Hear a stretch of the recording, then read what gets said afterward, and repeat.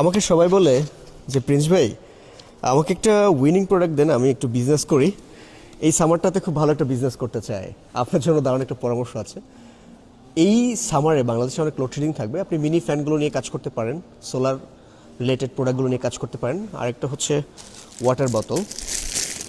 এই ওয়াটার বোতলগুলো খুবই ইউনিক। এই প্রোডাক্টগুলো নিয়ে আপনি কাজ করতে পারেন, এটা হতে পারে আপনার জন্য উইনিং প্রোডাক্ট। সেটা কিভাবে আমি আপনাকে ডিসক্রাইব করছি। এই প্রোডাক্টটা খুবই চমৎকার একটা প্রোডাক্ট।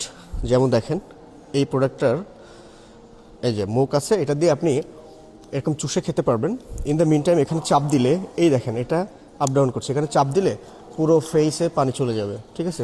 সুন্দর করে মুখ পরিষ্কার করতে পারবেন। এবং এটা দেখেন কুল, ঠান্ডা রাখার জন্য এই বোতলটার মধ্যে, এই যে বোতলটার মধ্যে দেখেন একটা প্লাস্টিকের জার, তো এটা হেভি প্লাস্টিক, এবং এর সাইডে পানিকে ঠান্ডা রাখার জন্য একটা পেপার ওরা ইউজ করছে যাতে পানিটা ঠান্ডা থাকে। এবং আপনি এটা দিয়ে এভাবে বন্ধ করে মোটামুটি ব্যাগের মধ্যে নিতে পারবেন, এটা ঝুলিয়ে নিতে পারবেন।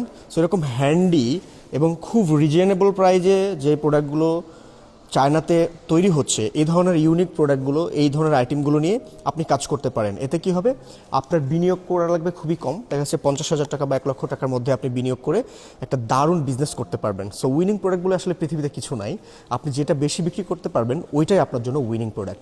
সো এখন আপনি মার্কেট রিসার্চ করে কীভাবে বুঝবেন যে এটা উইনিং প্রোডাক্ট হবে কিনা বা বেশি সেল হবে কিনা? আমরা আপনার জন্য রিসার্চ করছি, because we have research team. আমরা রিসার্চ করে আপনাকে বলছি, আপনি লাভ দেন।